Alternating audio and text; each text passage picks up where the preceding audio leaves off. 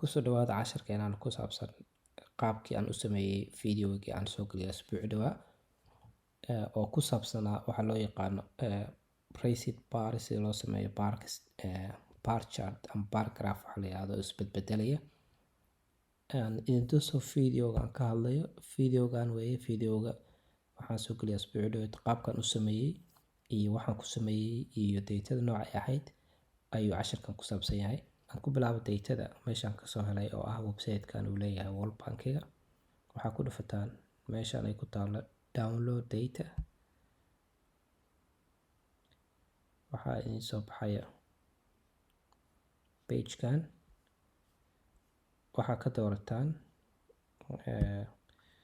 laba qaybood oo temperature-ka iyo rainfall-ka. Marka datada rainfall-ka soo qaatay kadibna halkan waxaa ka raadisaa Soomaaliya. Kadib halkan ayaa imaanaysaan. Waxaan doortay datada ay hayaan oo dhan oo ku saabsan laga soo bilaabo 1901 ilaa 2016 kadibna download ayaa idhi. Wuxuu ku save gareynaysaa computer-kaaga. Ani desktop-ka ku save gareeyay. Kadib waxaan Google gareeyay bar chart-iga loo sameeyo. Si loo sameeyo waxaan soo helay kan waa module ka tirsan Python oo module-kan meeshaan waxaa laga heli karaa waxa la dhahaa py.org website-kan. Module-ada ama packages-ka Python-ka ayaa lagu save gareeyaa. Website-ku qaabilsan waaye. Boqolaal xabaa ku jira oo haddaa Google gareysid. Linkiga waxaan ku hoos geliyay fiidiyooga aan ku sameeyay bar chart. Click ku siiya. Halkaas ayay kasoo heleysaan. Kadib qaabka aan rabay inaan u sameeyo waa qaabkan. Qofkan ayaa hore u sameeyay. Marka instruction-kan ayaan raacayaa. Waxaan soo download gareysanayaa pip install marka ugu horeysa. Inaad soo download gareysid ama install ku soo sameysid ayaa la rabaa. Haddaa haysatid Conda rabtid iyo haddii kala pip aad isticmaalaysid laba qaybood mid ka rabtaa isticmaalaysaa. Marka akhriya meeshaan waxa ku qoran information-ka shuruudda waxa weeye in datada aad haysatid ay qaabkan u eg tahay. Column-ka ugu horeeya index-ka inay date-ku ku noqdo. Dhinaca kalena datada kale columns-ka kale aad haysatid inaad gelisid. Inay exactly saan kale u samaysataa la rabaa. Haddii kale ma shaqeyno module-kan ma ku shaqeynayo. Waxa aan ka rabo waxa weeye inaan soo koobiyeeyo pip install-kan waa soo koobiyay halkaas click ku siinaysaan. Kadib halkan Google Colab-kii aan soo furtay. Waa kan pip-kii aan kasoo koobiyay. Kadib run baa idhi. Shift enter haddaad tirahdid. Saan ayuu running ku bilaabayaa. Wuu kugu soo install gareynayaa Google Colab-ka. Kadib packages-kan waa inaad soo import gareysid. Pandas oo aan casharada bilaabi doono casharada soo socda ayaan soo import gareeyaa. Speedy ayaa soo import gareeyay. Waxba hadda haddii aad pandas aad aqoonin casharada dambe ayaa si fiican ugu sharxi doona. Waxay qaabsan tahay datooyinka sida date frames-ka sida datada loo clean gareeyo ama wax looga bedelo ama number loogu daro ama waa adu qaab Excel-ka kaleeto laakiin ka casrisan ma oran karo waxa dhihi karaa wax badan aad adigu qaban kartid. Excel-ka wuxuu leeyahay limitation marka Pandas-ku wuu ka awood badan yahay. Matplotlib waa another waxa weeye isaguna waxa weeye library oo loo graphics-ka qaabilsan oo Python-ka isaguna leeyahay. Pandas waa Python-ka hoos tagtaa luqadda Python ku shaqeysa. Kana soo import gareynay waa installment-iga hadda sameeyay oo module-kaas bar racing noo sameyn doona. Marka intaas oo importing-kii iyo waxaan soo degsanayay. Waxaa kaloo sameeyay inaan datadii aan World Bank-ga ka soo qaatay oo roob ku saabsanayna aan Google Colab-ka aan ku soo shubto. Meeshaan baad sidaan horey in ku tusay casharadii horeeto. Haddaad Google Colab-ka rabtaan inaad wax soo gelisaan oo inaad ku dhufataan calaamadan oo ah upload ah. Kadib file-kii oo halkan ii yaala desktop-kayga ama folder ii yaala desktop-kayga ayaa ka soo qaatay.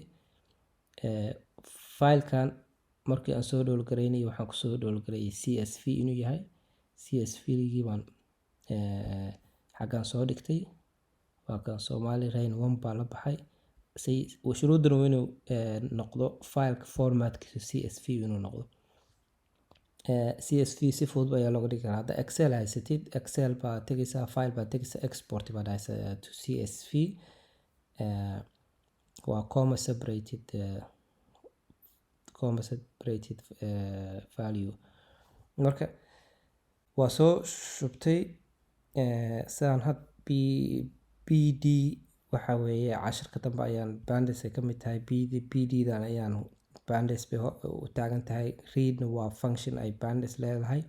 haddaa rabtid filekii aad halkan soo gashatay inaad akhrisid, kadibna link waxaan soo geliyay meesha fileka ku jira, locationkiisii iyo magaciisii. haddaan idin tuso filekaas marka waxa ku dhex jira, waxaan sameynaya waxa la dhaho df oo aan usoo gaabiyey data frame aan usoo gaabiyey. waa kan waa variable aan la baxay. variablekan baa halka soo dhiganaya dot head. wuxuuna tusayaa 5 line oo row ugu sareeya oo datadaada.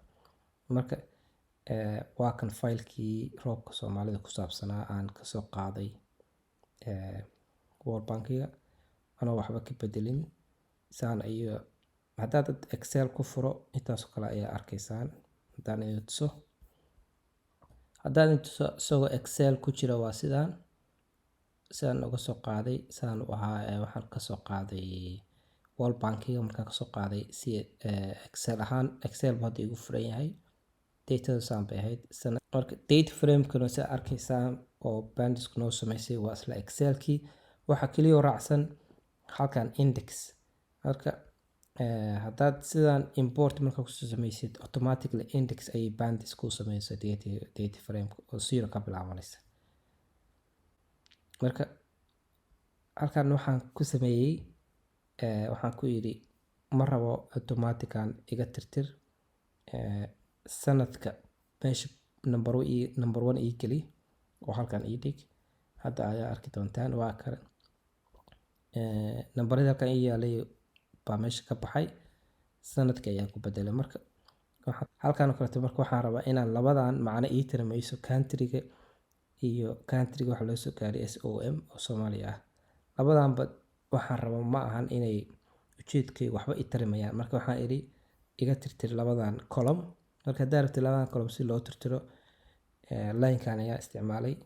markii laga saaray waxa ii soo haray sanadkii index ka dhigtay iyo rainfordkii iyo bilihii oo statistics u bixiyeen. total ahaan waa arki kartaan waxay ka kooban tahay datadeenu 1392 row iyo 2 column. 2 column indexka ma xisaabinaya, waxay xisaabinayaan labadan column. hadda waxaan rabaa inaan meeshan bilahan aan mid walba ka dhigo column gooni ah. kadibna waxaan qabtay waxa la yiraahdo functionkan pandas leedahay ayaan isticmaala pivot table la dhaho. wuxuu qabtay wax kale maaha. saa arkaysaan sanadkii meeshii indexkeenu noo oolayaa 12 bilood ayaan waxaan ka dhigay column, mid walba column u sameeyey. rainfallkii valuegii rainfallkana oo columnkan nagu xariisnaana waxaan hoos dhigay mid walba bishay lahayd.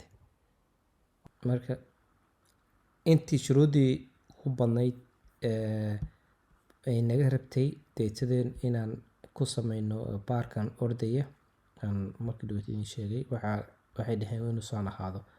hadaad u fiirisid waxaan soo sameeyey waa isku dhow yihiin. sanadkii ayaa halkan sanad baa halkan noo yaala. 12 bilood aan rabnay inay bisha kale ay soo dulmartana waa sameynay.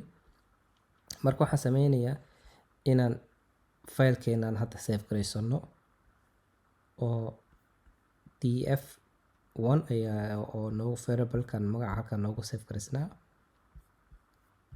ayaan waxaan isticmaalayaa function kaleeto oo pandas leedahay oo la dhaho to CSV. macnaha waxa iigu save garee kadibna file out magaca titleka anaa la baxay .csv inaa raacisid. marka halkaanu iisoo galay waa kan. haddaad ku dhufatid kan furtid waa excel oo kale kuu noqonaya. laynkan waxaan sameynayaa haddana date variable cusub ayaa la baxay la dhaho date frame new ayaan u bixiyey. haddana waxaa idhi pandas.bd read oo ahaa method kale oo markaa rabtid inaad file akhrisid iyo akhri. file outkii hadda aan save gareeyo kan ahaa ayaa haddana dib u soo akhristay u soo celiyey. indexka waxaa iga dhigtaa 0 waxba index ha raacinin. marka haddaan intuso oo ay dhaho shanta row ugu horeysa tus.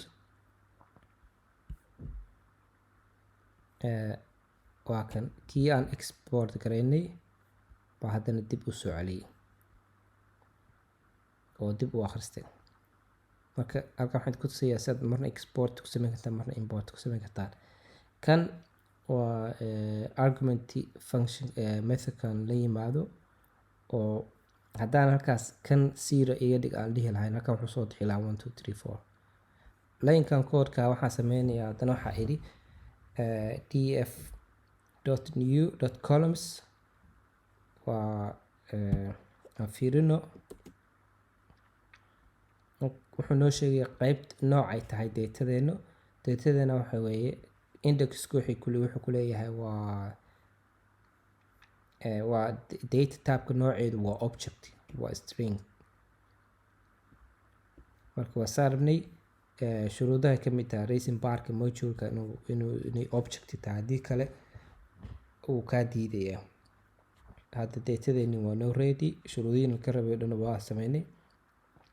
pcr .pr chart ayaan soo kobiyeystay exactly waxba kama bedel intaas waa inta halkaan aan kasoo kobiyey waatan.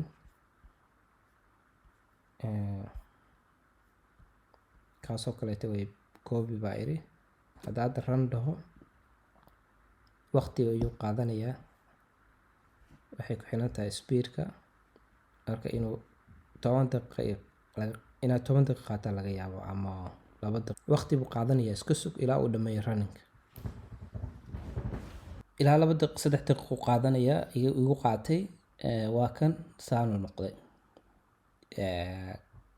graafkeeni isu bedbedelaya. laakiin sida hadda arkaysaan speedkiisu aad ayuu u badan yahay. nambarada halkan ama magacyada halkan biluhuna si fiican clear umaha. laakiin wuxuuna tusayaa inaan qaabka rabnay uu yahay laakiin weli wax badan ka dhiman yihiin in la saxo. titlekii aan idin tusayey oo halkan geliyey waa kan Somali Rainfall halkaas noo soo baxaya. halka waxaa rabtaa ku qoran kartaa yeerka oo waxaan ka waday yeerka isbedbedelaya. haddaan hadda kan ka tirtiro yeerkan wuxuu automatically raacinayaa 0.1 marka ma rabo. si aan u saxno oon ka dhigno mid si fiican u soconaya saan fiidiyoogii maanta soo geliyo kaleeto. waxaan kaloo sameeyey inaan datadayda dib u noqdo aan cleaning kala sameeyo ama wax ku daro. waxaan kaloo sameeyey markii ugu horeysay waxaa ka arkaysaan bil walba waxaa la socda average May June July average. marka waxaan rabay inaan averagekaas ka tirtiro oo bilow May June July caadi ku soo qormaan. marka sidaan saa u sameeyo maadaama ay 12 bilood yihiin oo wuxuu 12 column yihiin si manually ayaan excel inta u tagay waxa average ka tirtiray caadi January February oo qoray iyo March. kadibna waxaan iri oo soo shubtay collabkan kusoo shubtay. kadibna waxaan la baxay variable cusub. kadibna waxaan file in oo aan kula baxay anaa magacaan la baxay iyo soo akhri. waxaan isticmaalaynaa methodkii aan pandas leedahay saa hore idinku sheegay. indexkana 0 iga dhig oo automatically index ay sameynin. haddaan la gareeyo haddaan idin tuso marka date framekii waa kan daatadiisa oo arkayseen bilihii oo average la soconin sanadkii halkan ii yaala. marka taas waa stepkii koowaad aan qaaday.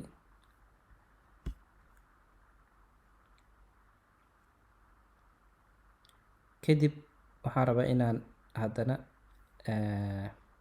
soo ceshado index inaan halkaan dhigto oo sanadka ka hor 1 2 3 4 5 kan waxaa soo taxmays sanadkii hadda index ma ahan wuxuu ii sameeyey index kaleeto oo 1 2 3 ah waa soo receipt gareeyay markaan ku leeyahay waa sidaas.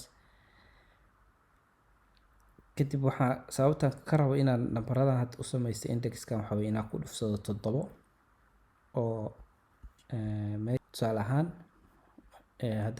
haddaan dib ugu noqono kan fiirino rowgeena 0 wuxuu ahaa 1901 1902na row 1 ayuu ahaa, laakiin marka hadda 7 ku dhuftay 1901dii siiradii ayaa ku jirta, rowga ku xiga 1 buu noo ahaa awal, hadda laakiin wuxuu noo yahay 7. haddana waa aragtay 14 7 ayay kor u boodaysaa, laakiin rows totalkeeni weli waa 116. haddana waxaan sameeyey aan run dhaho saad u aragtaan,